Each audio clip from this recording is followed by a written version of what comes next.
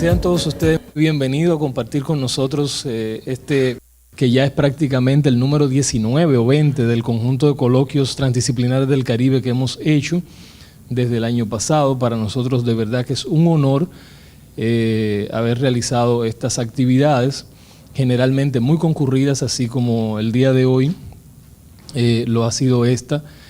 Y tenemos una serie de invitados que van a conversar con nosotros hoy sobre antropología y arqueología.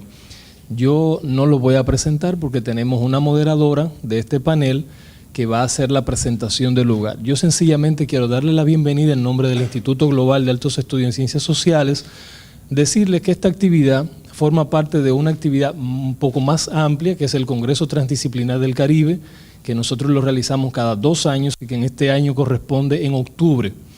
En octubre, entre el día 3 y el día 5, nosotros vamos a estar celebrando este congreso.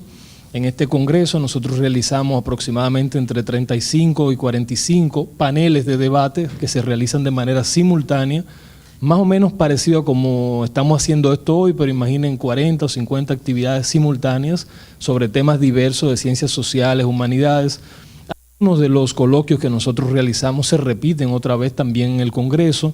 Del congreso salen publicaciones, actividades ulteriores de cooperación interuniversitaria, y es un congreso también al que visitan personalidades de las ciencias sociales, de las humanidades, de la ciencia en sentido general, de otros países. Es un congreso internacional que intenta captar sobre todo la atención del Caribe y de América Latina.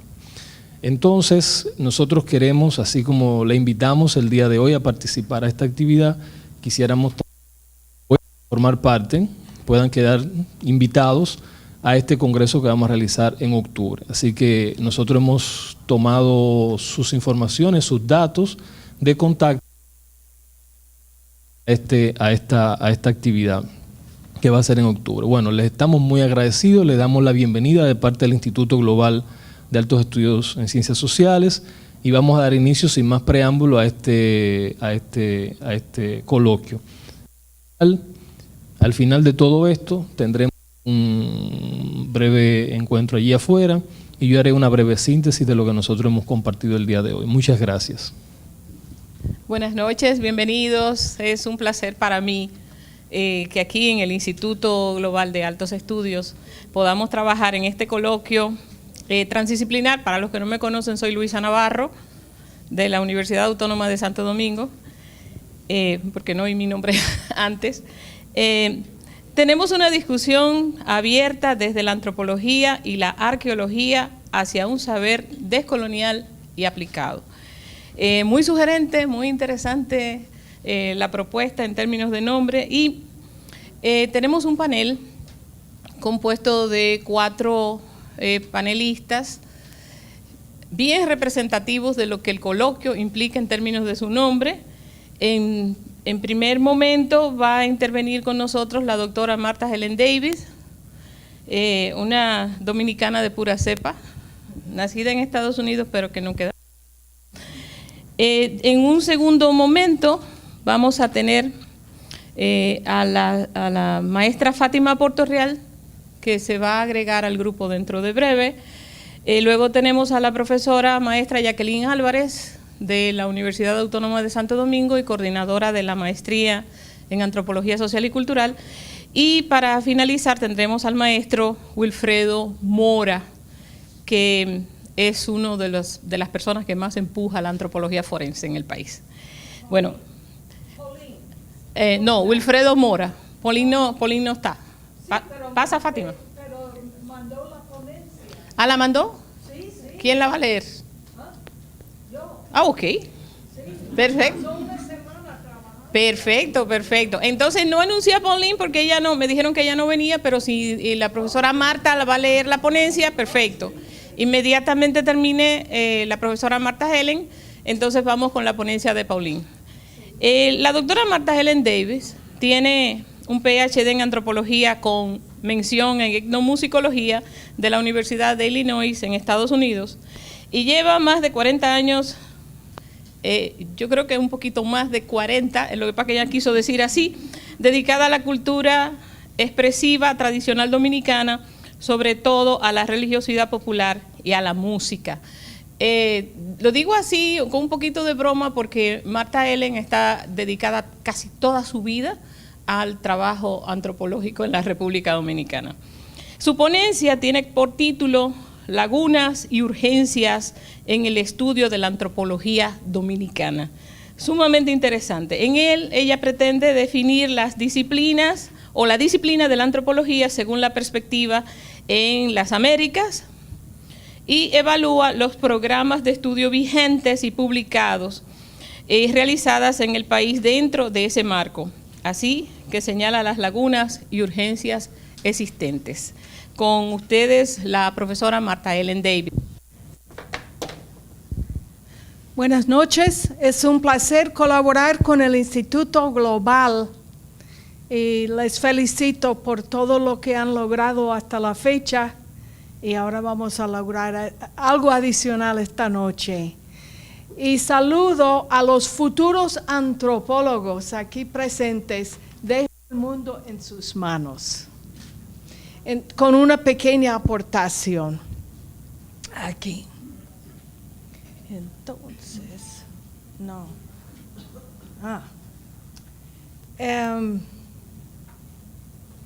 Vamos a hablar, antes de pasar a lo que considero urgencias de investigación, vamos a esbozar primero, como somos multidisciplinarios aquí, vamos a esbozar qué es la antropología, según mi punto de vista. Es interesante que según la perspectiva europea, yo no me voy a referir a la China ni nada, sino a Europa y América. Lo que nosotros consideramos los componentes de la antropología se consideran disciplinas separadas. Me refiero a la antropología física, el ser humano como animal, ¿verdad? Físico. La antropología cultural o etnología, y su enfoque en Inglaterra sería antropología social, que tiene que ver con estructuras y relaciones sociales, en particular la lingüística y la arqueología. Campos separados. Mi primer trabajo docente fue en Irlanda del Norte, Gran Bretaña, y cuando yo pasé a la casita al lado para asistir a una conferencia en el departamento de arqueología, me preguntaron, ¿y qué usted hace aquí? Dice, yo considero que la arqueología forma parte de la antropología. No. Bueno, está bien.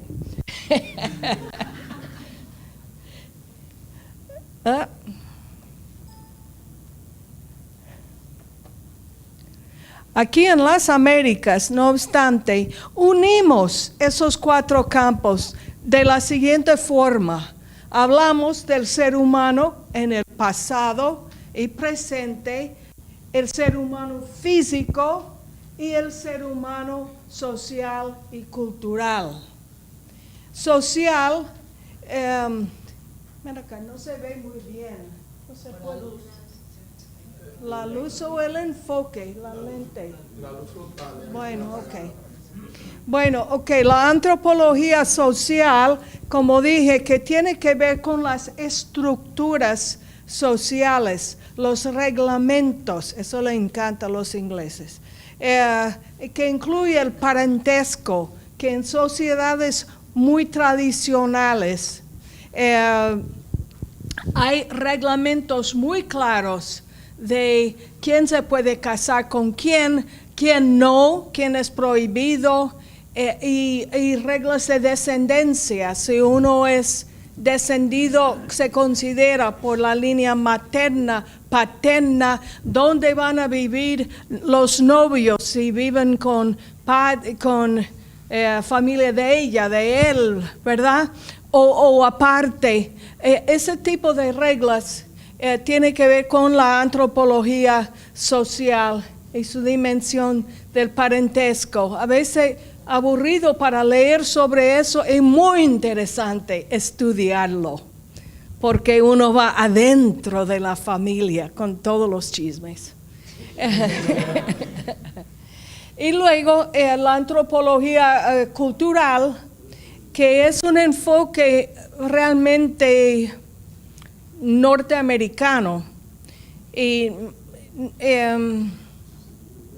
también en las Américas en general, que tiene que ver con diferentes formas de comportamiento y actividades, y luego conduciendo adentro las estructuras mentales que generan todo tipo de comportamiento, también las necesidades físicas cuando se refiere al modos de producción de que vive la gente, y luego sus utensilios, su tecnología, etcétera, etcétera. Pues la antropología cultural incluye la lingüística.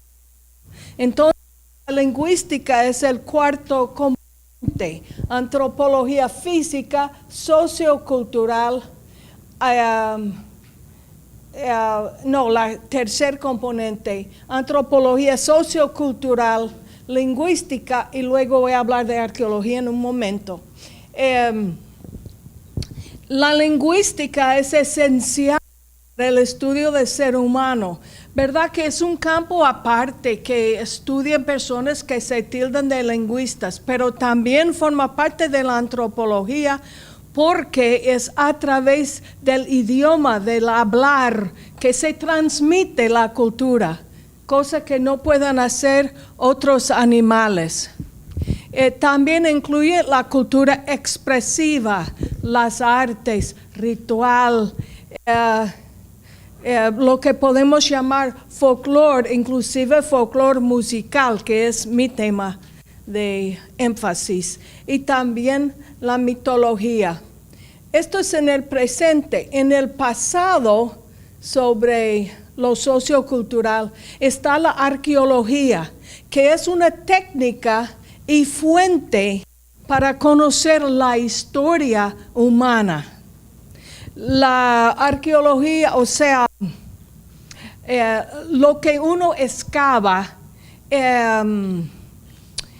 esa actividad no representa un fin en sí, sino hay que dejar que lo que uno encuentra sean cosas hechas por el hombre, por el ser humano, artefactos, o bien hasta restos de los mismos seres humanos, de los animales que han comido, etcétera, nos hablan. Hay que dejar que nos hablen y entonces nos alimentamos, hablando de comer, de la cultura material que desenterramos, pero también cualquier documento escrito, y si se trata de lugares donde hay una continuidad de residencia, que puede ser como en la Vega Vieja o en la ciudad colonial o en otros lugares que han sido habitados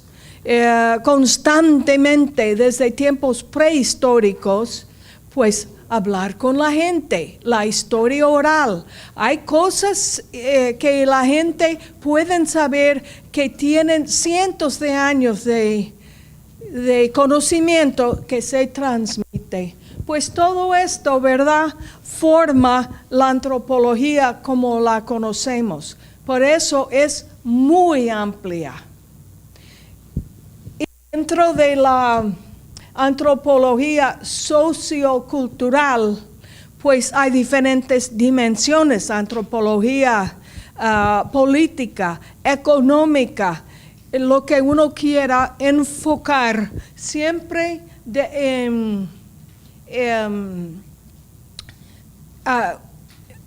basándose en cuáles son las costumbres más tradicionales,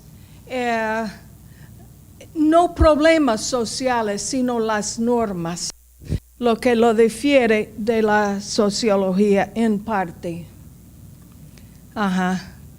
Es interesante, diría como paréntesis, porque yo estudio la música, que el parentesco, la lingüística y la música, en cierta parte la mitología, todos tienen algo en común, que es que se puede someter al análisis formal, por un lado, estructural, y también el análisis social.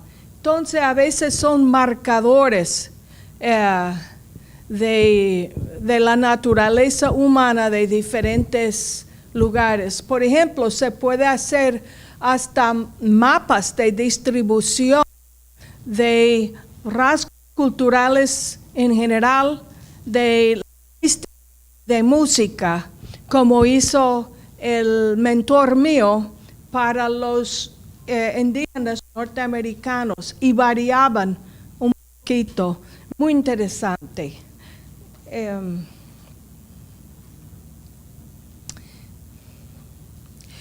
Las vertientes de la antropología, así descrita, está en este país representada en diferentes instituciones.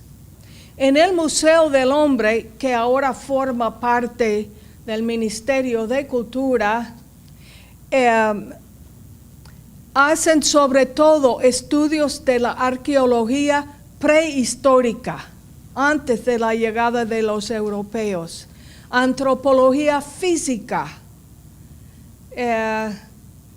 mayormente prehistórica, y también antropología sociocultural. ¿Ayudarle a pasar? Oh, no puede ser porque yo tengo que... ver. Sí. Okay. Ajá. La antropología sociocultural, especialmente en representación de la cultura iletrada o ágrafa, o sea, campesina, contemporánea. Entonces tenemos los iletrados representados en el pasado, los indígenas, y también en el presente.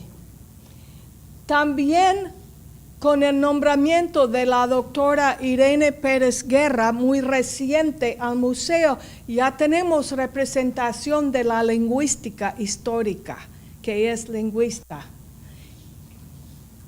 En otras instituciones, también en el Ministerio de Cultura, tenemos entidades que se encargan de la arqueología y arquitectura históricas, del folclore con la unidad de DINAFOLC, folclore siendo la cultura expresiva, y bajo parques nacionales también se encargan de la arqueología mayormente histórica. Y además puede haber otras instituciones, y puede ser que haya que hacerme algunas correccioncitas aquí, pero pasamos ahora a lo más importante de las instituciones públicas, que es la UAS y su carrera de antropología única en el país, según yo sepa. Yo creo que han dado arqueología en la Universidad Católica, ¿verdad? Pero la UAS desde los años 70 está con la carrera de antropología, y ahora tenemos hasta maestría de antropología. La profesora aquí va a exposar sobre eso, me imagino. La ubicación de la escuela la ubicación de la antropología dentro de la escuela de historia y antropología considero una cosa muy positiva por su vinculación por la arqueología, que es un estudio histórico. Entiendo que fue Marcio Veloz que hizo ese cambio de la Facultad de Ciencias Sociales en los años 60, antes del tiempo mío, 70. Estaba estudiando el pensum actual, está más que completo, no cabe un mandado ahí en ese pensum. Pero su énfasis, como ustedes que estudian allá saben, el énfasis es lo sociocultural. Hay algo, pero poco, en la antropología física y la arqueología, de modo que invito a los que se interesan por ese campo pues acercarse tal vez al Museo del Hombre para tener un conocimiento más pleno, que hay excelente personal allá. Hay una carencia en el pensum de la etnología internacional, o sea, las costumbres de diferentes partes del mundo, con la excepción de las Américas y África y el Caribe, que están incluidos. Y hay falta de prácticas de laboratorio, yo no vi eso, y de campo, en que se relaciona la teoría y la práctica. Eso es muy importante, porque la teoría, eso tiene que ver con el método científico, mi gente. La teoría que ha desarrollado otra persona que tal vez uno estudia, es surgido por sus datos, de su tema de estudio. Uno no lo puede asumir como dogma, sino como hipótesis. Tal vez el caso mío podría ser igual, lo planteo, pero tengo que dejar que los datos míos me hablen para confirmar o refutar, y en ese caso hay que reformular, y tal vez uno llega a otra conclusión que luego llega a ser el marco teórico surgido de los datos de uno. Por eso hay una relación dialéctica entre teoría y práctica, y no deberíamos pensar que la teoría es superior a la práctica o a los datos. Ok, he dicho. Debería haber más prácticas o sea, entrenamiento práctico en la arqueología, con un sitio de excavación, tal vez que sea continua, laboratorio y almacén. Es muy importante. En Gringolandia hay lo que se llama, cursos de verano de arqueología, para uno sudar mucho, ¿verdad? En el verano, y beben mucha cerveza, que es lo que hacen los arqueólogos. Pero uno se dedica por un par de meses a ese solo oficio. Entonces uno está escarbando, está clasificando, está enumerando según el sistema de clasificación que se ha determinado, está conservando artefactos o huesos, materia ósea que puede ser frágil, etcétera. Está haciendo todo eso constantemente durante unos meses, y es buen entrenamiento. Hay una materia de antropología aplicada, cosa que me alegra mucho, pero yo diría que en la UAS y en todas las universidades internacionalmente hay que fortalecer la conexión entre carrera, o sea, entrenamiento, y fuentes de o sea, la colocación de los egresados. Y es precisamente en asuntos de antropología aplicada que creo que hay trabajos disponibles. Inclusive, hoy en el Listín Diario salió uno en medio ambiente. Yo lo saqué, si alguien quiere verlo. Okay.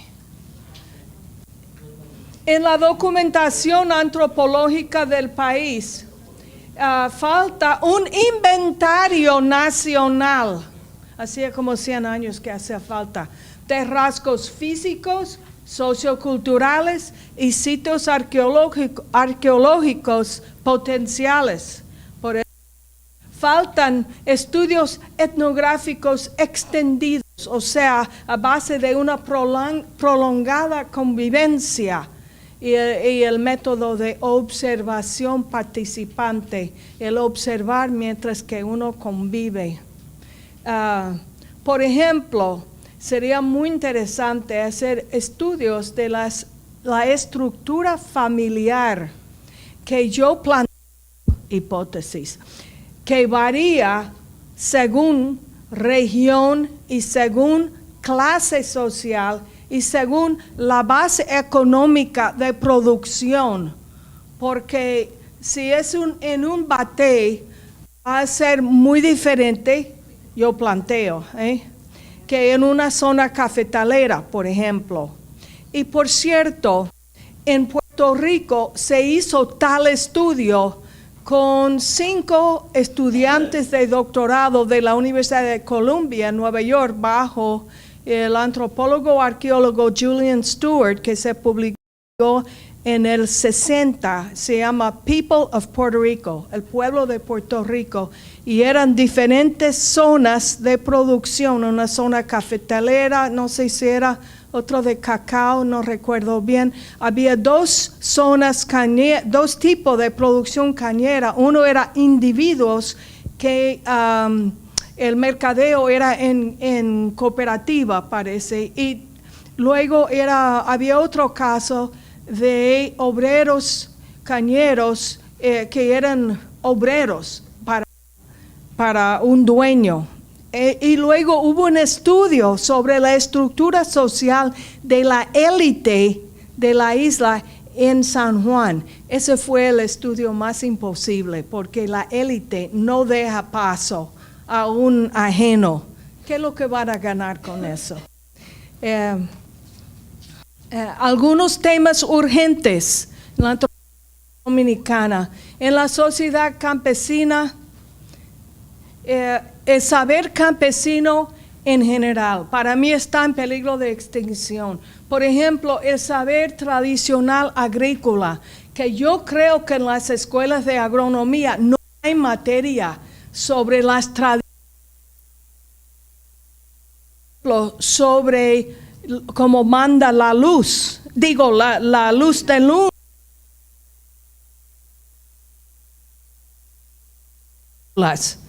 Puede haber algo de ciencia en eso. Si la gente está observando la luna, que tiene su fuerza magnética durante miles de años, también la medicina herbal, la medicina tradicional, si hay una materia opcional sobre ese tema. Y puede haber otros. También, ahora pasando a la ciudad, ya que en los años que tengo rodando aquí, que son 46, este país ha cambiado de un 70-30 rural y urbana a un 30-70. Yo me siento como vieja, me siento como fuera de quicio.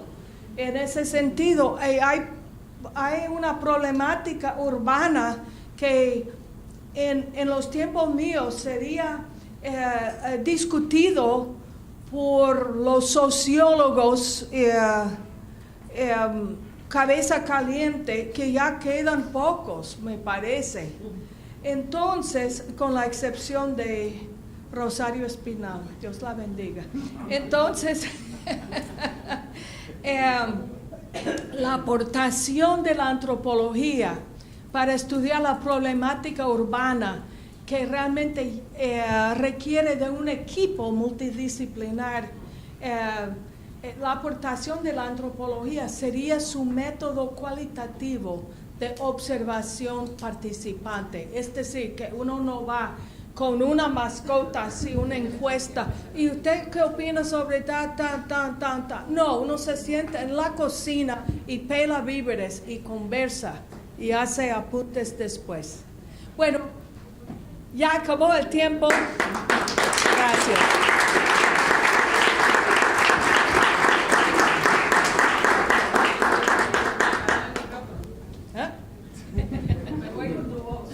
Interesantísimo la doctora Martha Ellen Davis, analizando la carrera de antropología de la Universidad Autónoma de Santo Domingo, la única que hay. Es decir, que la profesora Fátima Portorreal, quien trabaja en la universidad, en el Instituto Tecnológico de Santo Domingo, es también egresada de la UAS, antropóloga social enfocada en género y desarrollo, candidata a doctora de la Universidad del País Vasco y en la actualidad se desempeña como docente de INTEC. El título de la ponencia de la profesora Fátima Portorreal es Una mirada a la antropología latinoamericana, de la cual ella tiene mucha experiencia. Bienvenida, profesora.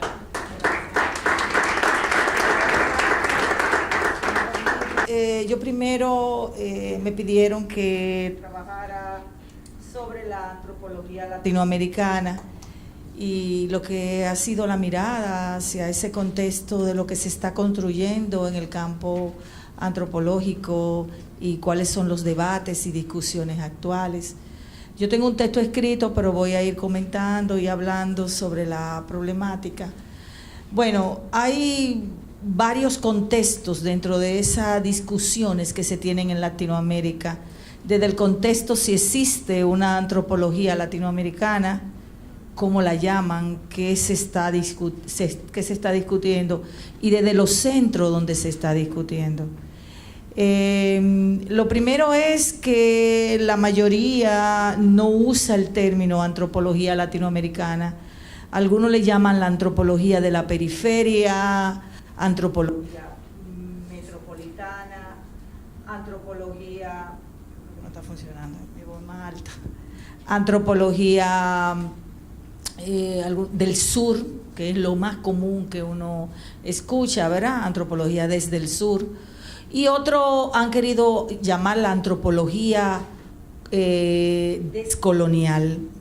Y vamos a tener centros importantes como la Universidad Javeriana de Colombia, que tiene una fuerza muy significativa en lo que es hoy la antropología de Latinoamérica.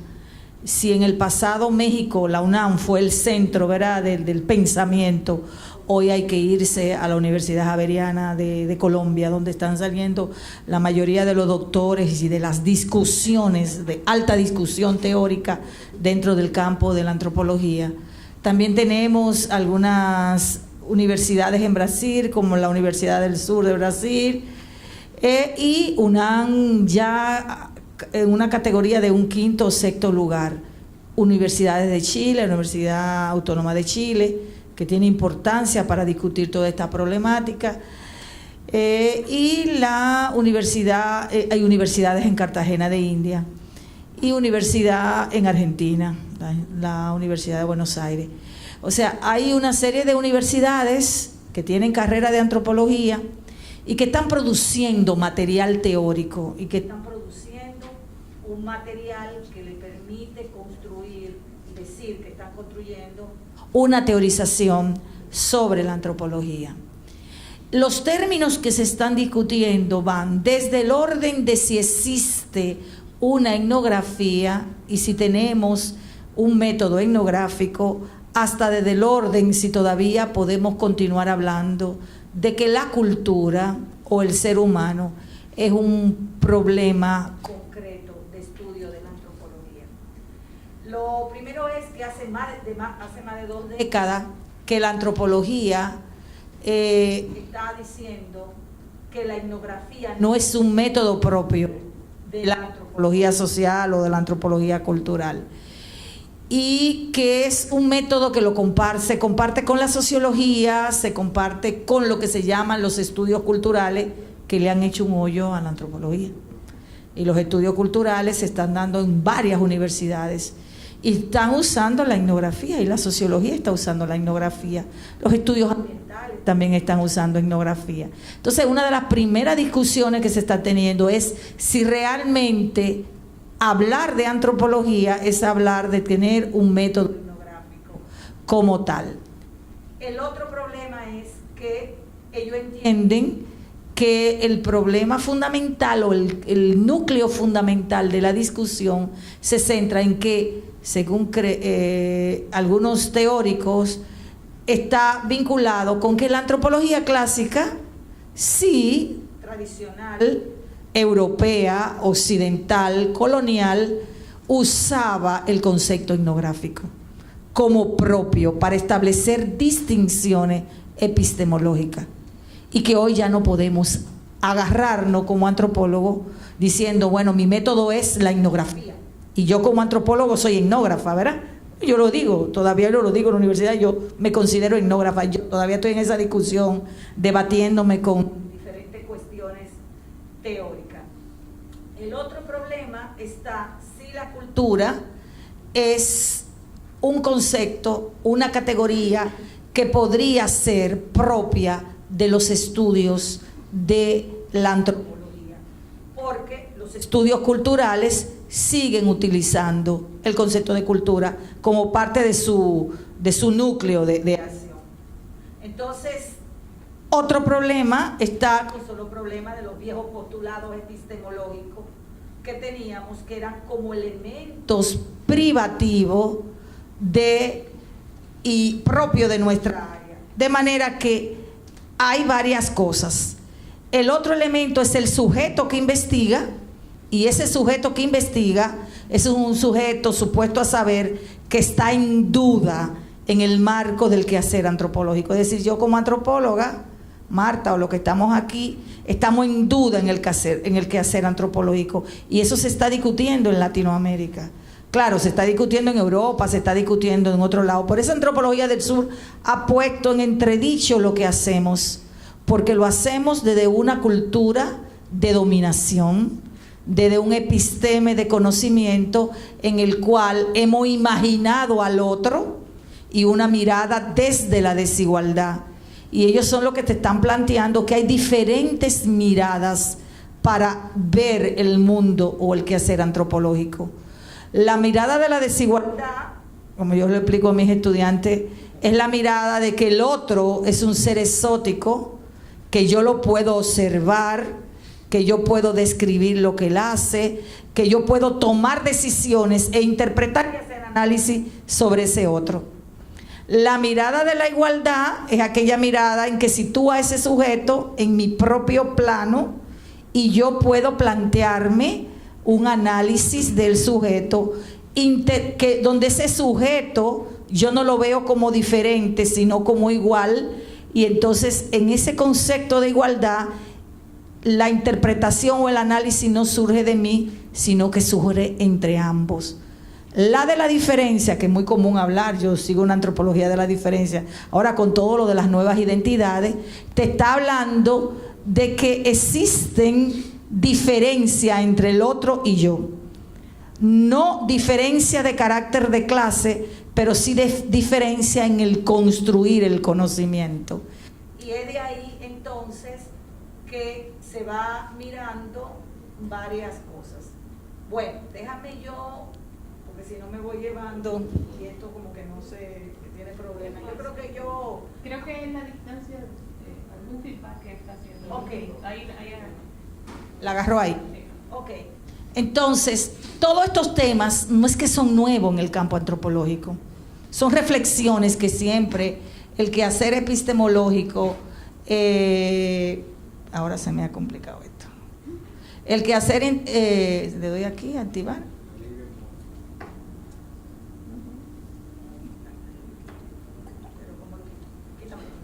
Bueno, que el quehacer antropológico lo ha planteado en diferentes momentos y en diferentes reflexiones. Entonces, en el siglo pasado, en el siglo XX, se discutieron estas cosas. La escuela francesa discutió muchas de estas cosas, y en el plano de esas discusiones, vamos a ver si lo localizo por ahí. Y en el plano de esas discusiones, pues, que tienen ya casi 2 siglos de reflexiones filosóficas, se discutieron varios puntos. Un punto primero es que esa antropología decimonónica, que es una antropología que evidentemente cuando surgieron todas las ciencias, se planteó cuestiones puntuales, como que la antropología estudiaba la humanidad y la cultura. Y la crítica fundamental de la antropología colonial y descolonial y de la antropología del sur es que la filosofía tenía ya varios siglos discutiendo la misma cuestión. ¿Por qué la antropología se apropia de ese proceso y dice que es de ella como constructora de pensamiento. Y ahí hay un debate, porque los filósofos sociales trabajaban la temática y luego se reprodujo. Lo primero que ellos están diciendo son las corrientes epistemológicas que permitieron que en el siglo XIX retomáramos lo humano y retomáramos el concepto de cultura como propio.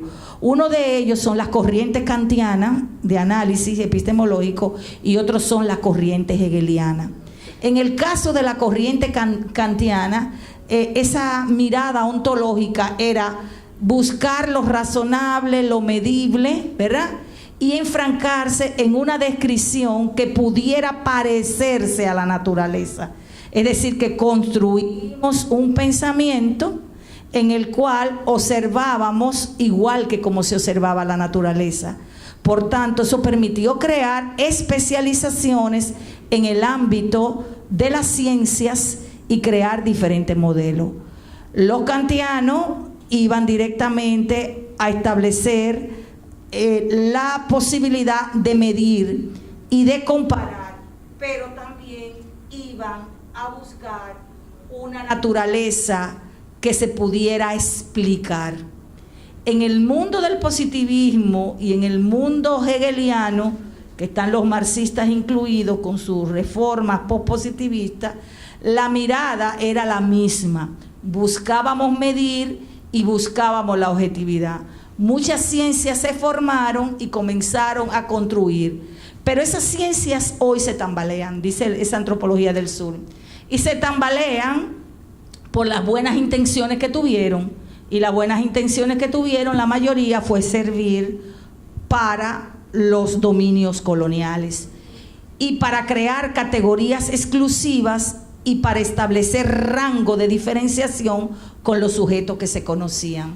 Entonces, dentro de todos esos imaginarios que nosotros no hemos formado, se plantearon identidades de poder, identidades que se construyeron y fueron definidas. Desde la estructura de la escuela simbólica, de la antropología o de la estructura de Levi-Strauss, de todos iban construyendo teoría desde lo urbano, teoría desde el antropólogo o antropóloga como pensadores, dicen ellos, ¿verdad? Como discusión teórica, y iban planteándoselo a la luz de construir modelos holísticos y universales. Y esa antropología del sur y esa antropología de la periferia dice, ¿por qué yo tengo que seguir los universales, verdad? Y ahí ustedes ven que están discutiéndose sobre las categorías hegelianas fundamentales y kantianas de lo universal. Entonces, en ese contexto, nosotros somos herederos. Yo me formé dentro de ese contexto. Nosotros estamos estudiando una humanidad, apropiándonos de un concepto de humanidad y trabajando un concepto de humanidad para definir un campo de exploración antropológica. Entonces, esa antropología dice que copió, dicen ellos, y que ese otro cognoscente europeo o americano que operaba bajo la égida del protegido o subordinado, bajo una geopolítica de conocimiento, construyó categorías discursivas, recursos materiales, conversaciones, miradas excluyentes y dominantes, y que definieron jerarquía y modelos asimétricos dentro de nuestros análisis. Y ellos se están planteando otra cosa. De lo mismo, una de las críticas fundamentales es que la mayoría de esos textos están en inglés y mucha gente en Latinoamérica, aún pensando en inglés y escribiendo en inglés, decían, hay mucha gente que no tiene acceso al inglés. Entonces, si se escriben del inglés, hay un problema también en el lenguaje, de cuál es el lenguaje que domina. No domina el español. Pues está el inglés y el francés como lenguas dominantes dentro del quehacer antropológico. Y ellos se están planteando construir dentro de un lenguaje español o indígena, porque también se está hablando de esa diversidad de lenguas que existen para construir conocimiento. Y por tanto te plantean que esos modelos asimétricos apuntalan conversaciones antropológicas que solo unos pocos pueden servirse de ella. porque en Latinoamérica esos pocos no podían servirse. Hay muchos antropólogos que tienen dificultades para poder escribir, expresarse o hablar en esa lengua. Entonces, esas conversaciones antropológicas de altura epistémica, dicen ellos, apuntalan a reflexiones que no son propias de un sistema que impone, que son propias de un sistema que impone un pensamiento. Por ejemplo, en ese campo cito a Esteban Croft, que establece que esa primera antropología se ceñía a una ciencia que buscaba la verdad. La pregunta de ahora es, ¿realmente conocemos la verdad? ¿Realmente lo que vamos a partir de hacernos preguntas? Porque hay algunos antropólogos y antropólogos del sur que dicen, yo voy preguntando cosas para sacar nuevas preguntas, no para responder verdades. Voy para preguntar y para comprender cosas junto con las personas que viven su propia experiencia cultural. De igual manera, tenemos a Eduardo Restrepo, que es un teórico importante en la Universidad Javeriana. Miriam Jiménez, que dirigió por mucho tiempo la Asociación Latinoamericana de Antropología. Roberto Cardoso Oliveira, que son de los pensadores que más han debatido sobre el problema. Y todos ellos expresaron que la antropología era, voy a usar la palabra que yo usé, me pareció dolorosa, era hiperreal, era una dominatriz, así como que sadomasoquismo, ¿verdad? Era una dominatriz en general que ignoraba la historia de producción del conocimiento de otros pueblos, de otras culturas, y que estaba tratando de construir un pensamiento a partir de esa fricción de dominación. Entonces, ¿qué nosotros le hemos llamado colonialidad? No voy a seguir leyendo esto, pero dice Restrepo, hay otra forma de hacer, sentir y pensar la antropología, porque el que va al campo siente, se humaniza, se culturiza y también es objeto de observación del otro. Entonces, dice él, para hacer esa antropología hay contradicciones, disímiles y en diferentes contextos. Y voy a mirar, como voy a leer como los rasgos, porque no he podido leer para darme rápido, los rasgos generales que él dice que han construido ese saber antropológico de Latinoamérica. Lo primero que él dice es que hay una ceguera y silenciamiento de unas tradiciones por otras europeizantes. Muchas de estas cegueras y silencio son compartidos abiertamente y reproducidos por los colegas y los establecimientos periféricos. Hay relatos dominantes dentro de la misma formación nacional, desde la forma como abordamos al objeto cuando vamos al campo, hasta cómo se nos han construido y se nos han formado en las escuelas. Dice, hay una serie de etiquetas y prácticas escriturales, como escribimos tanto dentro de nuestro diario de campo, nuestras notas de campo, los diálogos, tenemos una manera particular de práctica escritural, de publicación y de traducción, que posicionan a unos colegas y bajan a otros. La jerarquización de las revistas especializadas y casas editoriales que le publican a uno y no a otros, a partir del sistema de indexación y sus capturas en la base de datos que habilitan y legitiman estilos de publicación, etcétera. Desigualdades de recursos económicos de una universidad a otra, imposibilidad para los estudiantes y para los colegas de producir, leer, mantenerse al tanto, ¿verdad?, de las informaciones que salen. Y bueno, y dice que muchas de esas cosas conforman pensamientos institucionales dentro de las universidades y eso conforman los prestigios de algunos y el hundimiento de otros. Y entonces en ese campo de ideación y reflexión antropológica, y ya voy a cerrar, se hace visible la necesidad, dicen ellos, de poder construir teorías propias desde la región y que lejos de ser reductible y no tomar en cuenta los orígenes históricos y reflexivos de la vieja antropología colonial, porque hay que tomarla en cuenta, no dejarla, ¿verdad? Se puede construir un conjunto de conocimientos con las prácticas, ¿verdad?, y las particularidades de la sociedad que produce ese conocimiento. Las críticas más severas al orden del saber antropológico van desde las llamadas instituciones hasta los aspectos afectivos de quienes constituyen el quehacer antropológico, en el cual se enmarca en el principio que los antropólogos y antropólogas hacen la antropología, pero no deciden. Pues su proceso de saber hacer antropológico viene de un sistema disciplinario, de una escuela en el que se modelan conceptos y metodologías.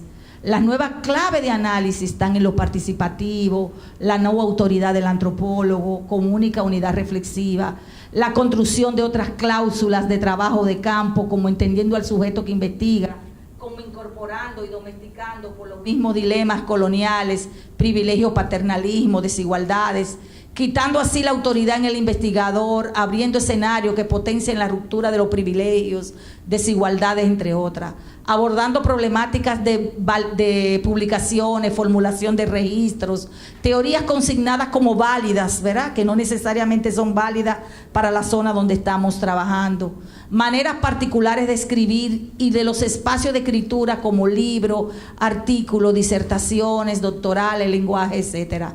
Todo en el marco de construir nuevas miradas.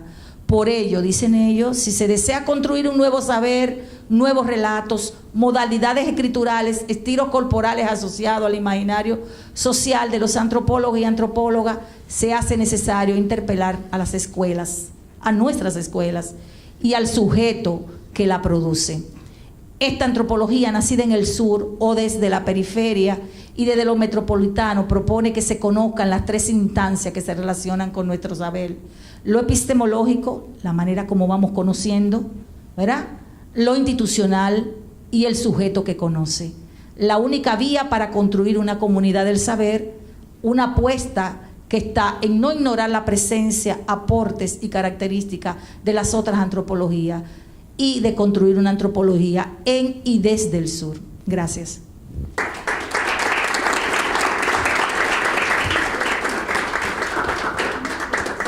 Excelente presentación de la profesora Fátima Portorreal. No está desligado para nada lo que decía la doctora Martha Ellen Davis de cuáles son las lagunas y urgencias que tiene el estudio de la antropología en la República Dominicana con lo que conecta en este momento la maestra Fátima Portorreal. Sumamente interesante, una revisión, el micrófono sigue teniendo el problema, una revisión de lo que se está haciendo a nivel del pensamiento antropológico en América Latina, una propuesta alternativa de otra forma de hacer la antropología, muchas para pensar. A mí me gustaría como retomar un asunto sobre México y la UNAM, y es que hace mucho tiempo que el gobierno mexicano crea a través del Ministerio de Cultura de México la Escuela Nacional de Antropología e Historia, con lo cual se va casi el grueso de los antropólogos de la UNAM y los historiadores de la UNAM.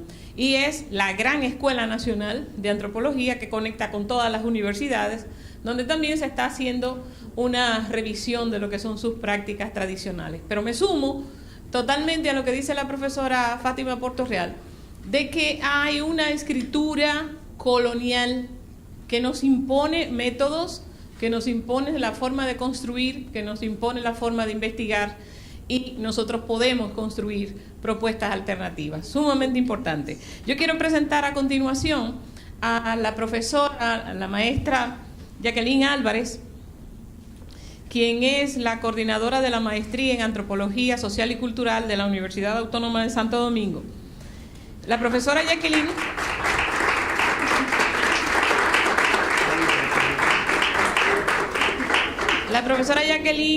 tiene una maestría en Historia Dominicana y su licenciatura en Antropología de la UAS también, y ha trabajado en varias universidades privadas en el país, sigue trabajando en la producción, es muy activa en la conexión con los antropólogos, y ella nos va a presentar una ponencia con una pregunta: ¿de qué manera la antropología dominicana puede conectarse con las prioridades sociales actuales?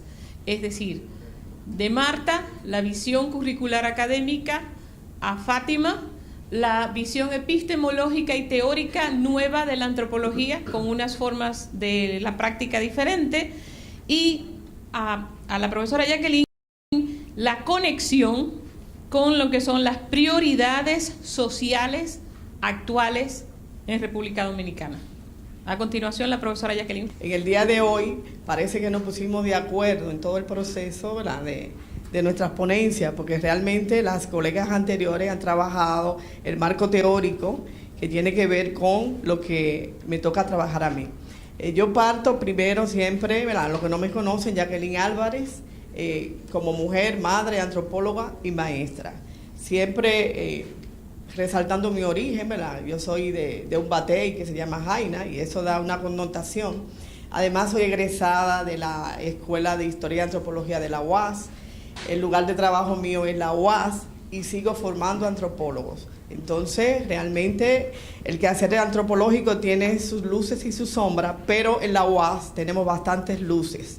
Claro que esas luces tienen que estar contextualizadas, están relacionadas con una institución y con un país que tiene sus debilidades y fortalezas, y entonces, en medio de la adquisición de cuál sería el tema que iba a trabajar hoy, entonces determiné que realmente iba a dar una respuesta a una pregunta.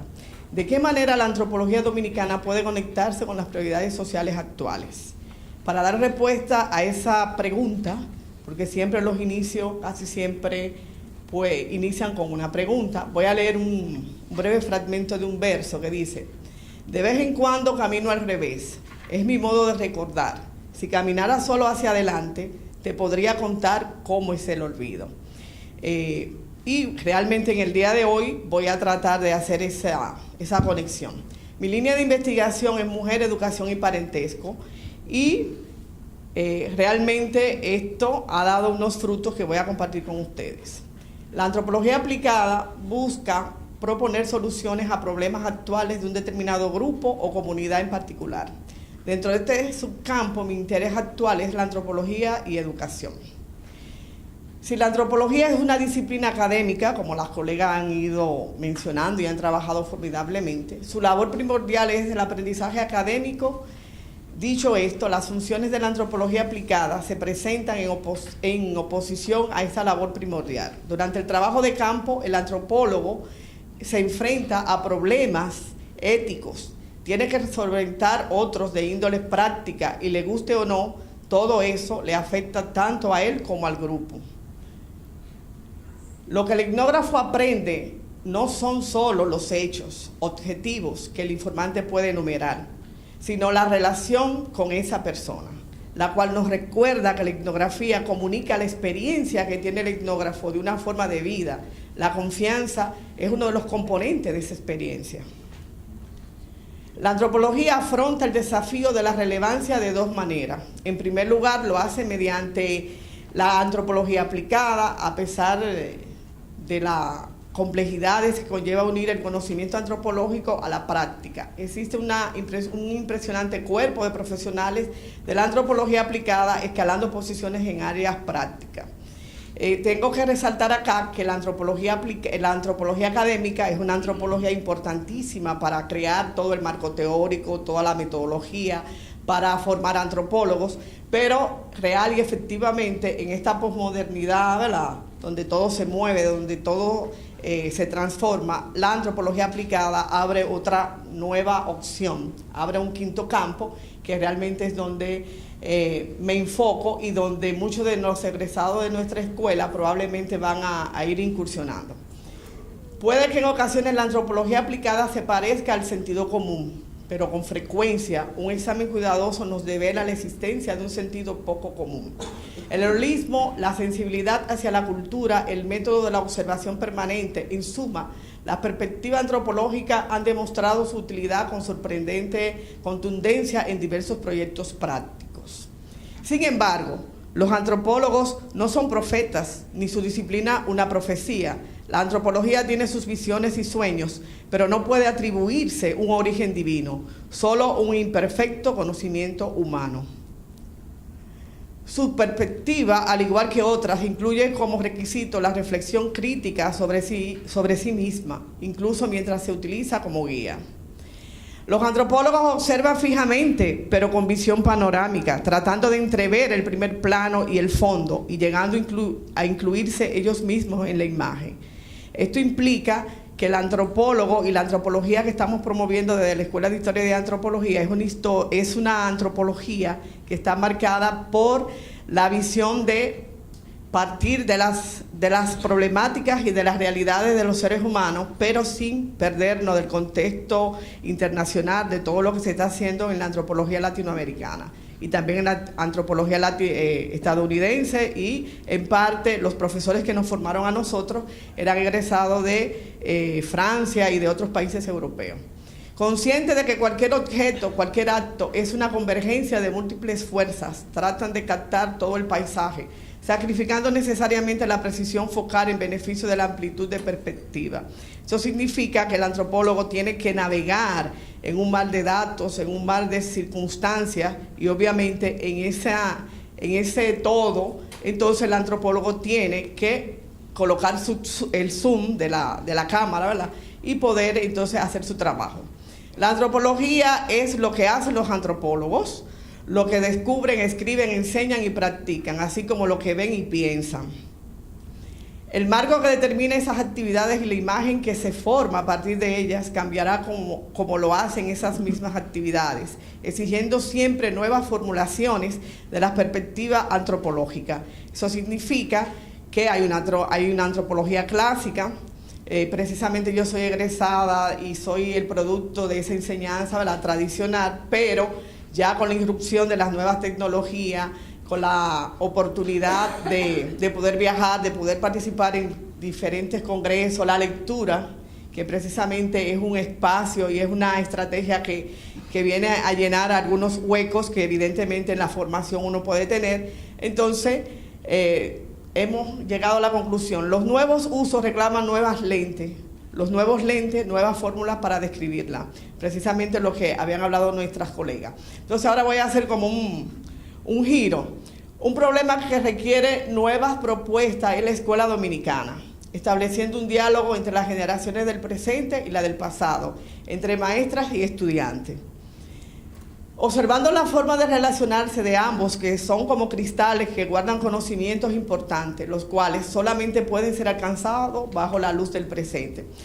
Esto significa que dentro de los intereses de la Escuela de Historia y Antropología nos hemos concentrado en la parte de formar antropólogos, en la parte de suministrar a la sociedad dominicana el servicio de actualizar a los maestros y a todos los estudiantes que sin lugar a dudas están aquí presentes, para que reciban un conocimiento antropológico actualizado, un conocimiento antropológico crítico, un conocimiento antropológico que tiene como objetivo fundamental el romper las barreras. Es cierto que fuimos formados en una disciplina, pero ya lo transdisciplinario rompe esas paredes o esas fronteras de que este es mi espacio, sociólogo, antropólogo, psicólogo, maestro.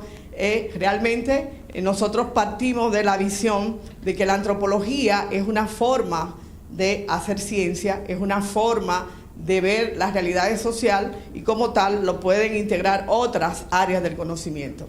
La cultura se encuentra activa en cada acción de nuestra existencia y la escuela es donde converge lo nuevo y lo obsoleto.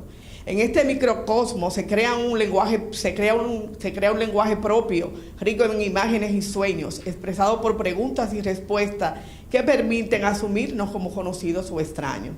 La otredad se construye en muchas de nuestras aulas. Esa es una de las reflexiones que hemos hecho en la medida que hemos acompañado en todo este último año. Hemos ido acompañando a un número de maestros, de 72 maestros a nivel nacional, donde primero iniciamos todo un proceso de actualización en las ciencias sociales, en otra especialidad en actualización en historia, y obviamente la antropología, y es algo que tengo que resaltar, ha sido el eje que ha atravesado todo el diseño curricular que la directora de mi escuela, Luisa Navarro, liderando el proceso, ha sido capaz de ir creando toda una estructura a lo interno de lo que sería la proyección de una antropología para atravesar y permear todo lo que es la formación en ciencias sociales, y cómo esa antropología puede llegar a los maestros que están en servicio, que son los encargados de conectar con la juventud y con todo el pueblo dominicano. La conexión se puede establecer luego que ambos actores se conozcan desde su propia experiencia de vida. maestros, estudiantes, escuela, comunidad. Esta combinación precisamente es lo que va a dar como resultado, a través de la etnografía y del trabajo de los antropólogos, hacer que la generalidad de los maestros puedan comprender y puedan conocer lo que es la antropología. Una de las experiencias maravillosas que yo he tenido en este último año es que cuando yo recibo los egresados de ciencias sociales, cuando recibo mis estudiantes de antropología, que muchos de ellos están aquí, y luego todos los estudiantes que estudian otras carreras y son de la Facultad de Humanidades que también están aquí presentes, realmente cuando yo les comienzo a explicar lo que es la antropología y cómo la antropología hay que sentirla, hay que transmitirla a través de la pasión que podamos realmente, con la que podamos trabajar y con la que podamos darle continuidad, entonces es como que descubren una nueva visión de lo que es la antropología. Y entonces para nosotros como Escuela de Historia y Antropología es realmente un placer el poder explicar, el poder dedicarle tiempo a los estudiantes. La antropología permite comprender las singularidades y hacer público lo que ocurre en las cuatro paredes de un aula. No solo por medio de publicaciones, sino construyendo modelos de convivencias alternativos que muevan la creatividad y el trabajo. Acompañar a maestros en diseñar posibles propuestas donde los jóvenes estudiantes también pueden cooperar en construir una escuela mucho más cercana a los estilos de vida del siglo XXI, diversos y efímeros. La Escuela de Historia y Antropología está acá. Nos involucramos en diseñar maestrías y especialidades que actualicen a nuestros profesores que están activos en el sistema educativo. En el marco de este proceso creamos un equipo de investigación para iniciar la etnografía de la Escuela Dominicana. Y más que esto, aquí vamos a ver ahora algunas imágenes de los maestros y de los centros educativos donde de una manera activa se han vinculado a esta nueva visión de lo que es la antropología. Inclusive muchos de ellos ya tienen la aspiración y están realmente enamorados de lo que es la antropología, y muchos de ellos van a solicitar para seguir estudiando antropología en la maestría de Antropología Social y Cultural que también promovemos desde la escuela. Al elaborar los planes de estudio de nuestras especialidades, tenemos como objetivo impulsar el cambio y de la actualización de la práctica docente, construyendo con el trabajo colaborativo desde nuestro espacio una forma diferente de articular la autoridad pedagógica y todo lo que tiene que ver con la educación. Establecer el diálogo entre cómo las maestras miran a sus alumnos se transforma en una llave para entrar en un ámbito nuevo, hasta entonces cerrado, propiciando una sensación de poder y libertad que solo experimentan las personas adultas que aprenden algo nuevo. Lo que le comenté hace un momento. En la actualidad, cuando hablamos de antropología y desarrollamos la asignatura y lo llevamos al campo y lo llevamos a los museos y lo ponemos a leer materiales actualizados, se enamoran de la antropología y comprenden que la antropología es precisamente ponerle nombre a todo lo que hacemos los seres humanos. Claro que desde una perspectiva científica, con un método, con una visión actualizada de lo que es el quehacer científico, pero la antropología le da sentido a muchos de ellos, a todo lo que es su comunidad, a todo lo que es el recinto. El joven se siente reconocido como sujeto importante en el proceso de convivencia intergeneracional. Los antropólogos sirven de mediadores, posibilitando la comunicación donde ambos se reconozcan como humanos, simplemente humanos, que desean alcanzar la paz y armonía en un espacio que puede ser hostil y autoritario. Me refiero aquí a lo que sería la convivencia en un aula. Puntos importantes: mi investigación gira alrededor de la mujer, educación y parentesco. La antropología aplicada propone soluciones a problemas actuales de un determinado grupo o comunidad de forma práctica. La Escuela Dominicana necesita nuevas fórmulas y focos para conectar las generaciones que interactúan en el aula. Y precisamente eso es una de las acciones que estamos haciendo desde la Escuela de Historia y Antropología. Muchas gracias.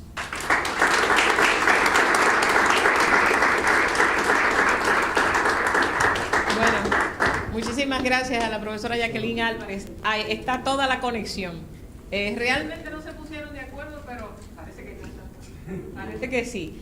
Hay una cosa muy importante para primero saludar a este grupo de personas que los conozco casi a todos, algunas personas no, por haber asistido a este coloquio que no ha terminado. Nos faltan 2 presentaciones, la del profesor Wilfredo y la de Pauline Custard. Pero una observación pequeñita es que cuando doña Ligia Amada Melo de Cardona estaba al frente del Ministerio de Educación Superior, una de las cosas que logramos fue establecer que todas las universidades del país en la formación de maestros incluyeran algo que se llama antropología educativa. Eso generó una pelea, porque había gente que decía, cuéntanos qué es eso, con qué se come la antropología educativa. Y decía, bueno, cada aula es un espacio de etnografía, y si nosotros enseñamos a los maestros a trabajar con los estudiantes, podíamos mejorar muchísimas cosas en la vida de los estudiantes y también desarrollar en los maestros la narrativa, que a veces no se da, no estamos acostumbrados a hacer una reflexión de cada evento que tenemos en un salón de clases. Y doña Ligia, que apoya todas las vagabunderías mías, hizo que apareciera en diferentes programas. Y gracias a Dios que eso está sucediendo, porque en términos del campo laboral de los antropólogos, estará también la formación de los maestros en términos del trabajo de la antropología educativa. Como decía Fátima, hay una conexión muy amplia entre todas las ciencias sociales que en un momento determinado algunas se dieron una posición jerárquica muy alta, otras más bajas, pero la antropología debe de recuperar su posición, porque no hay una de las ciencias sociales que no esté atravesada por la antropología. Yo quiero presentarles al maestro Wilfredo Mora en este momento. El maestro Wilfredo Mora es una de las personas más sensibles y sentidas en términos de la antropología. Él va a presentar una ponencia que se llama Prácticas de la Antropología Forense en República Dominicana. El profesor Mora es egresado de la Universidad Estatal de la Rostov de la antigua Unión Soviética en el área de Ciencias Forenses y Criminología. Y en la actualidad enseña Medicina Legal y Criminología en la Universidad Iberoamericana UNIBE.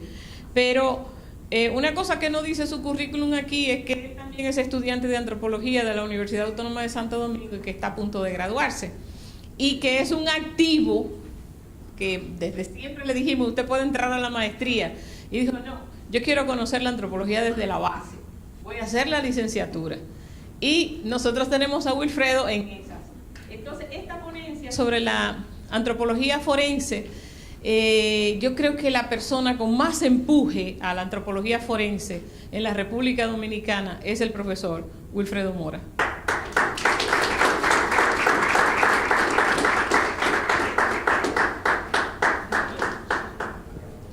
Bueno, pues, vamos a ver.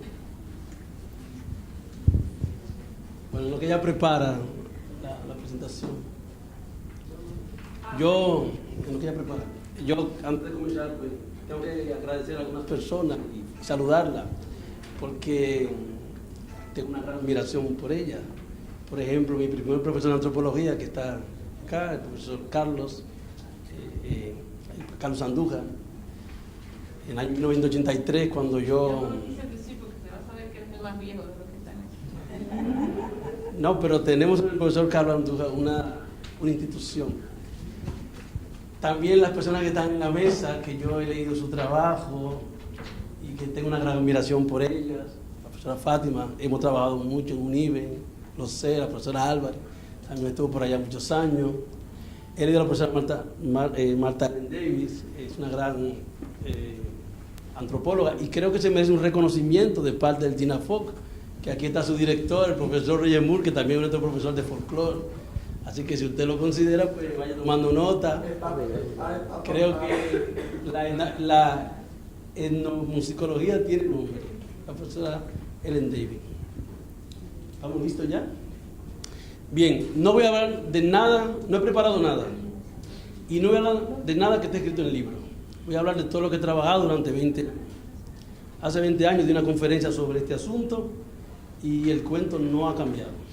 Pero ha pasado muchas cosas y hoy las voy a contar. La antropología física es lo que está detrás de lo que pienso decir. La antropología forense no es más que el destino de algo que debió iniciar como antropología física. antropología física va en otra dirección, es una ciencia objetiva, es una ciencia fáctica, causal, no es una ciencia teórica, no genera teoría. Es una ciencia que se basa en la evidencia sobre la inferencia. Claro, el acervo de la antropología física ha formado también el acervo de la antropología cultural. La una no existe sin la otra. Bien, vamos a ver.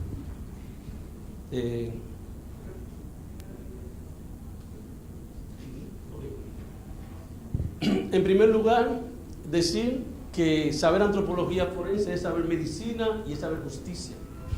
¿Por qué? ¿Por qué esta tridimensión? Porque siendo la antropología física una ciencia muy particular de las ciencias naturales, en realidad, por su experiencia, la antropología la ve en realidad como una especie de técnica dentro de lo que se llama el sistema de investigación de justicia criminal. Existen grandes modelos de investigar el crimen. El método médico-legal, que se basa en la autopsia, el método odontológico, que se basa en lo que es el conocimiento del sistema digestivo, eso se llama estomatología, el arco dental. Los dientes, por ejemplo, son un método en sí mismo. El diente, el hueso, en este caso la antropología forense, y la autopsia, pues son esos modelos. Está el sistema policial, que se basa en dactiloscopía, huellas, ese tipo de cosas, y la antropología forense, que aunque se le ve como un modelo de investigación criminal, en realidad es una ciencia muy particular. Utiliza el hueso. El hueso es, como decía uno de los grandes exploradores, algo que ni te miente ni te engaña. Antes, okay. En realidad no conozco al profesor Francisco Echeverría, él es del Instituto Vasco de Criminología, pero como yo pertenezco a ese programa doctoral del año 2005 y recibí mucho consejo en esa época del doctor Eurocochea, él me decía, mira, ser antropólogo forense implica primero que tú debes de enseñar antropología en una institución. Segundo, tú debes ser un miembro activo de una sociedad académica, en este caso la Sociedad de Antropología del País Vasco, por ejemplo. Y tercero, pues tú debes de pertenecer a un instituto, es decir, la antropología no tiene utilidad aislada de lo que es el órgano que la crea. Curiosamente, este tipo de saberes es la ley, es el proceso en los códigos civiles, en los códigos penales, la que ordena qué hace y qué no hace este tipo de profesional. Es decir, las ciencias forenses, que son las ciencias que descubren el delito, las ciencias que estudian la realidad o que construyen la verdad judicial, son guiadas por normativas procesales que dicen cómo el forense puede actuar, cómo puede opinar. Bien, seguimos. Antropología forense es en realidad una subespecialidad de la antropología física, pero en realidad existe una constelación de este tipo de áreas. Por ejemplo, existe la bioarqueología, existe la paleontología o paleoantropología, existe la paleopatología, existe la paleomedicina, la paleobiología, es decir, hay un montón de áreas. La antropología forense no es más que la forma de aplicar todos estos conocimientos para asuntos que se van a dirimir en justicia. Eso es todo, ¿verdad? La antropología física aquí se presenta como una ciencia comparativa y es así. Estudia la variabilidad ósea y es importante porque cuando vemos los grandes sistemas de escuela antropológica, la antropología física pues tiene mucho que ver con qué tanto sabemos de estructura, ¿verdad? ¿Qué tanto sabemos de estructura? Seguimos. Tradicionalmente la antropología forense se le ve como dentro del contexto médico-legal. Y si por ejemplo miramos el eje transversal, para ser antropólogo forense hay que saber biología, hay que saber genética y hay que ser médico. Hay que ser médico. Pero en realidad la antropología forense es una ciencia y un arte de la realidad. No es posible aprender toda la realidad, pero sí se puede detallar.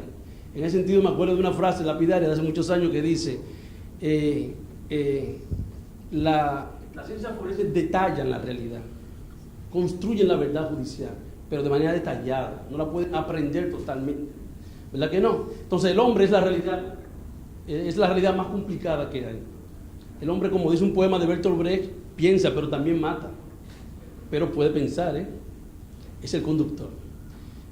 Atrás, en el siglo XIX, que es cuando surge la antropología, en Italia, que es un país con grandes tradiciones de la ciencia jurídica, era necesario conocer 3 mentalidades de cómo se formó, digamos, las ciencias forenses, ¿verdad? Las ciencias forenses. La palabra forense se usa mucho, pero la palabra forense lo que significa es prueba, ciencia de la prueba. El derecho probatorio luego se llamó derecho criminal y el derecho criminal ahora se llama derecho penal. Pero todo originó con el mundo de las pruebas. ¿Qué es lo que es una prueba? La prueba es aquello que liga con la verdad.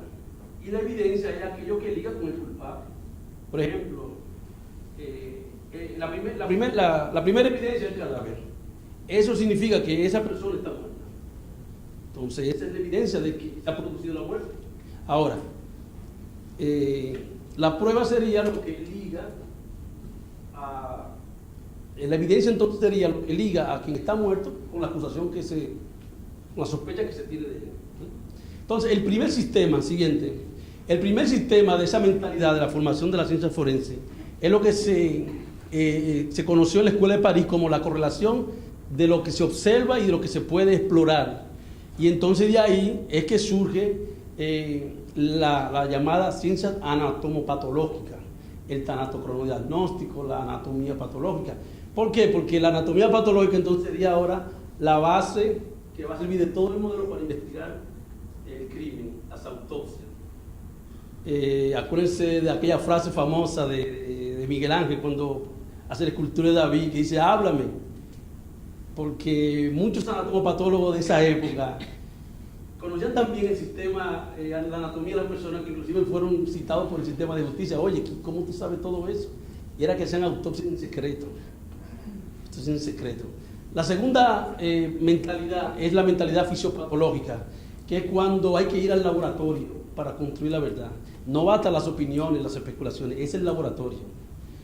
Tercero, y la tercera mentalidad, luego explicaré por qué digo esto, es la mentalidad etiológica, que tiene que ver con el mundo de ver cómo una enfermedad pues, es la acción que va a generar, la acción que tiene relación con el agente externo. ¿Qué ocurre aquí? La ciencia forense, a principios del siglo XX, se construye sobre 4 palabras. Primera palabra, sirven para identificar la víctima, o para identificar. Es una palabra muy poderosa. Si usted no puede identificar a la persona, usted no tiene nada. Segundo, sirve para determinar la causa. La palabra causa es muy interesante porque la causa es el evento en el cual se puede comenzar racionalmente a saber que algo ha ocurrido, ¿verdad? Lo eventual, la causa. Tercero, el tiempo, la data de lo que ha ocurrido, cuándo ha ocurrido esto, ¿verdad? Cuarto, ¿qué nombre tiene esta realidad? ¿Sí? ¿Cómo ponerlo? ¿Es un crimen? ¿Es un suicidio? ¿Es un homicidio? ¿Es un accidente? O si no, es una forma indeterminada de suceso. Y finalmente, pues, otro aspecto etiológico sería la cuestión de quién fue, quién pudo haber sido, quién se beneficia de ese hecho, ¿verdad? Entonces, todo esto que es medicina legal va a enriquecer la antropología forense. Les recuerdo que la palabra antropología criminal nació en el siglo XIX con un famoso médico, psiquiatra, trabajó mucho en prisiones, que en realidad solamente estudió el comportamiento del hombre criminal. Estudió locos morales, personas diferentes, personas feas por fuera, físicamente salvajes. Y creyó que eso tenía valor. Hoy día lo estamos reivindicando. Lombroso murió en 1909 y hace 62 años que introdujo esto de la antropología criminal. Hoy día ya no se llama así, ni se ve así ese asunto. Estas son las áreas en las que referí ahorita. Me faltó mencionar la antropología penitenciaria. Ustedes saben que una cárcel es una institución de encierro, de residencia, de trabajo. De hecho, todos trabajamos aunque no hagamos nada. Eso es así. El antropólogo tiene muchas cosas que hacer en una institución de este tipo. Digamos que es la más inhumana de toda la sociedad. Una sociedad cerrada, de intramuros, de una violencia estructural, en escalada. Si no se detiene. Es importante porque ahí ocurren torturas, ejecuciones extrajudiciales, ocurren violaciones. El antropólogo tiene que hacer su trabajo porque fortalece con su dictamen este tipo de situaciones que ocurren en esta población. Seguimos. Bueno, esa lámina la necesitaré solamente para decir que los paleopatólogos de hoy están organizados, generan sus estudios, sus boletines, están en las sociedades, y eso es muy importante. Y eso es una cosa que no tenemos. ¿Dónde están los antropólogos forenses? No están organizados. Daría vergüenza mostrarles, decirle al mundo que no tenemos laboratorios, no tenemos museos, archivos criminales, nada de eso. Pero es importante eso, ¿verdad? Seguimos, ¿qué más? También eso tiene que ver con eso, seguimos. Bueno, aquí sí decir 3 palabras en términos paleopatológicos. La paleopatología es una área que tiene que ver con las enfermedades óseas, vistas, digamos, a través de organismos que ya están fosilizados, ¿verdad? No es como la paleoantropología, que va a estudiar la evolución humana de los fósiles, ¿no? Pero es importante el conocimiento de la lesión porque es el tronco de la antropología forense moderna. Si usted se para en una esquina, usted ve infinita traumatología. ¿Qué pasa? Por ejemplo, me paro en la emergencia de un hospital. Veo de todo.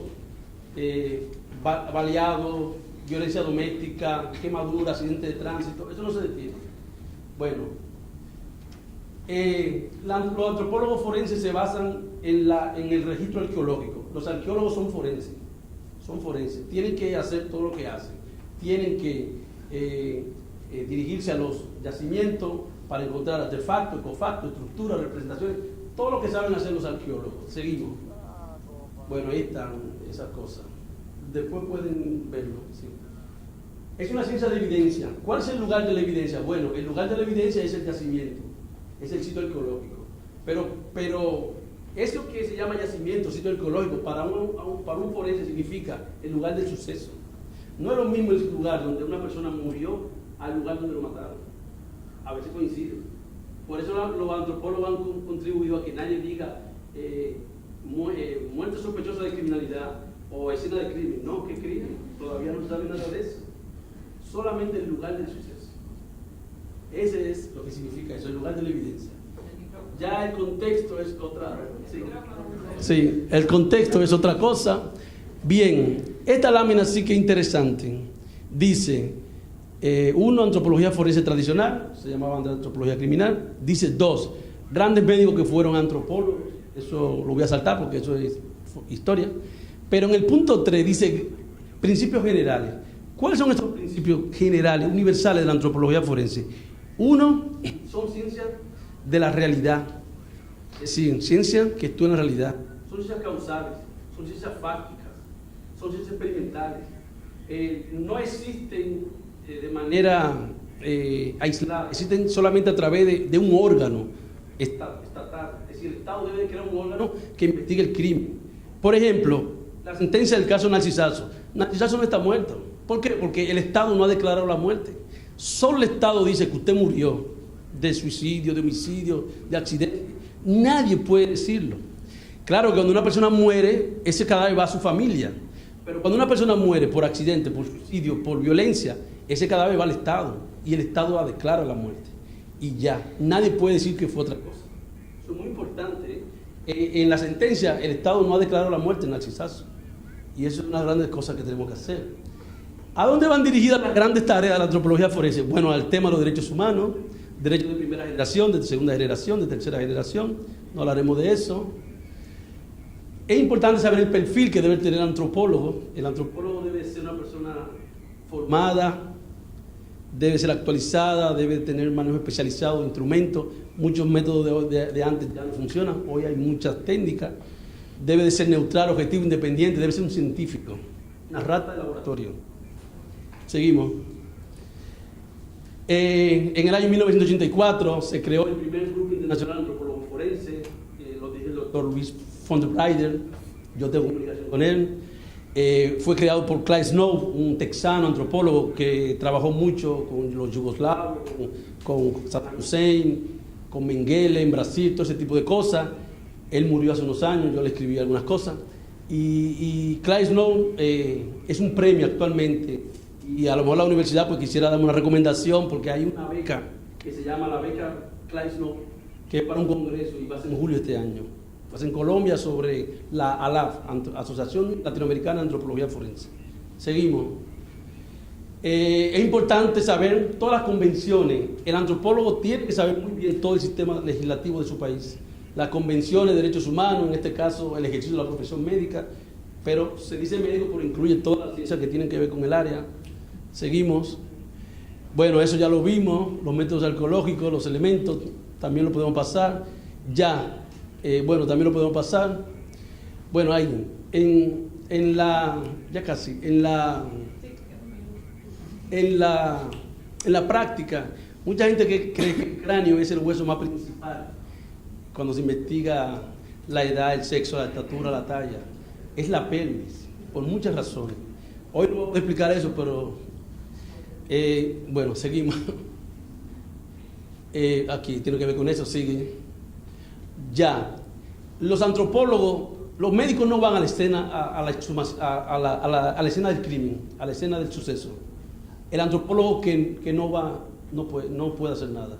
De hecho, no sirve hueso en la fosa, tiene que ir al laboratorio. No hay antropología forense sin laboratorio, sin archivo y sin museo criminal. Luego le explicaré esa estructura. Debe de generar datos, esos datos tienen que ser actualizados siempre. ¿Por qué? Porque aquí hay un problema que se llama los desaparecidos vivos, desaparecidos forzosos, y gracias a los estudios de antropólogos, médicos, juntos, es que se pueden encontrar personas que están desaparecidas. ¿Por qué? Porque, como toda la vida, usted llega a un sitio, lleva cosas, y cuando sale, deja cosas. Alguien siempre te ve, alguien siempre te puede encontrar. Siempre podemos recoger tu huella, ¿sí? La muerte en custodia significa cuando se muere en destacamento de policía, en cárceles, en instituciones militares o castrenses, y tiene que ver con la tortura. Nosotros somos signatarios de la tortura desde el 23 de febrero del año 2012, es importante que ustedes lo sepan. Hoy yo puedo apoderar un tribunal de derechos humanos por un acto de tortura, pero usted, profesor, que sabe, y usted también, y algunos, nosotros vimos mucha gente torturar, dañar, y no pudimos hacer nada. ¿Por qué? Porque eso no estaba con nosotros. En la ejecución extrajudicial es cuando el uniforme mata, eso está prohibido, pero eso se puede perseguir gracias a la convención de la que somos signatarios. La odontología, la radiología son en realidad técnicas para investigar el crimen, son firmes, la fotografía no sirve ya, la radiología la ha superado, y la odontología está en cero. Recuerdo que en el año 2004 fracasamos tratando de colegiar a los odontólogos, no ha podido. Los enfermeros pudieron y ellos no han podido. Y finalmente nuestro sistema de justicia criminal, que se llama Instituto Nacional de Ciencias Forenses, quiero decir aquí que no es la continuidad de patología forense, porque todos los empleados de patología forense debieron ser ahora miembros del INACIF, y eso no es verdad. Y además nosotros imitamos el modelo de Costa Rica. Eso también tiene muchas implicaciones, contar ese problema. Y finalmente, bueno, tiene que iniciarse la antropología física en el país. Nosotros hemos creado una comisión gestora para crear este tipo de institución. La próxima lámina. La persona que está en el centro es quizá el antropólogo físico que ha venido a estas tierras, que ha apoyado mucho la antropología física.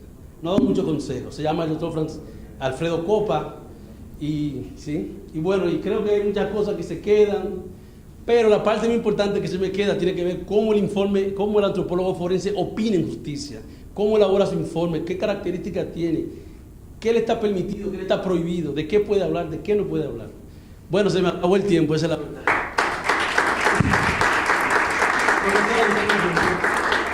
Y lo más importante, no lo he dicho, que no pude agradecerle en la salutación que hice al principio a nuestra querida directora de la Escuela de Antropología y de Historia. Realmente ella ha hecho un esfuerzo denodado. Yo no sé cómo lo vamos a hacer ahora, pero no por nosotros, porque ya no vamos, pero por los venideros. Así que ella se merece un aplauso esta noche. Yo esa pregunta la resuelvo así. La Universidad Autónoma de Santo Domingo tiene 479 años. Siempre detrás de uno viene otro. Y sigue trabajando en la universidad.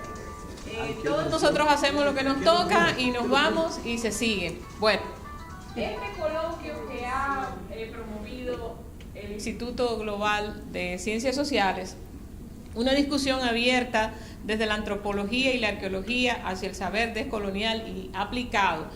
También tenía una ponencia que trajo la profesora Marta Ellen de Pauline Coulthard, que es licenciada en Estudios Latinoamericanos y Antropología de Macalester College en Minnesota y una maestría en Estudios Latinoamericanos de la Universidad de la Florida.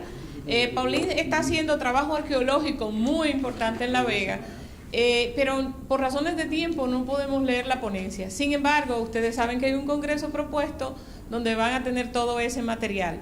Para culminar en el día de hoy, ustedes vieron la conexión inmensa que hay, nos falta tiempo, pero yo tengo que agradecer profundamente al Instituto Global el promover este tipo de actividades que nos aglutina de una manera u otra.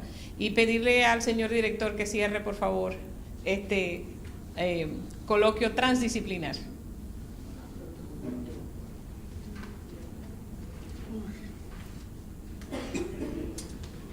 Gracias. Bueno, gracias a usted por su excelente moderación.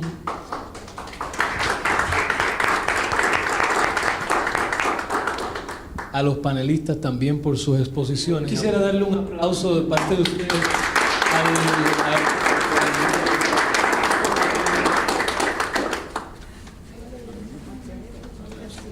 a este coloquio, y yo quisiera entregar este modesto presente que nosotros tenemos para cada uno de nuestros panelistas. Siempre lo hacemos en el marco del coloquio, ¿no? Ya cuando estamos terminando. Y quisiera también pedirle a Elenia que pase por acá para que ustedes le den un aplauso. Elenia es una... y ella ha sido la persona que ha estado detrás, fundamentalmente detrás, todo el equipo está, pero sobre todo, Elenia Encarnación ha sido la persona que ha estado detrás de la organización de este encuentro, que ha sido muy felicitado, muy piropeado, y nosotros queremos seguir haciendo encuentros como estos sobre sociología, sobre historia, sobre antropología, sobre economía, como lo hemos hecho ya anteriormente.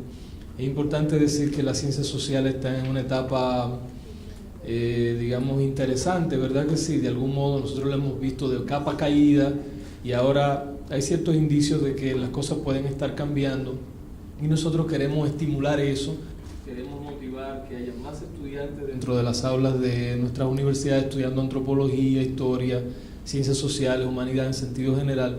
Yo creo que esto es una modesta, una pequeña contribución que nosotros queremos hacer de ese modo y que a la larga esperamos que también pueda dar su fruto.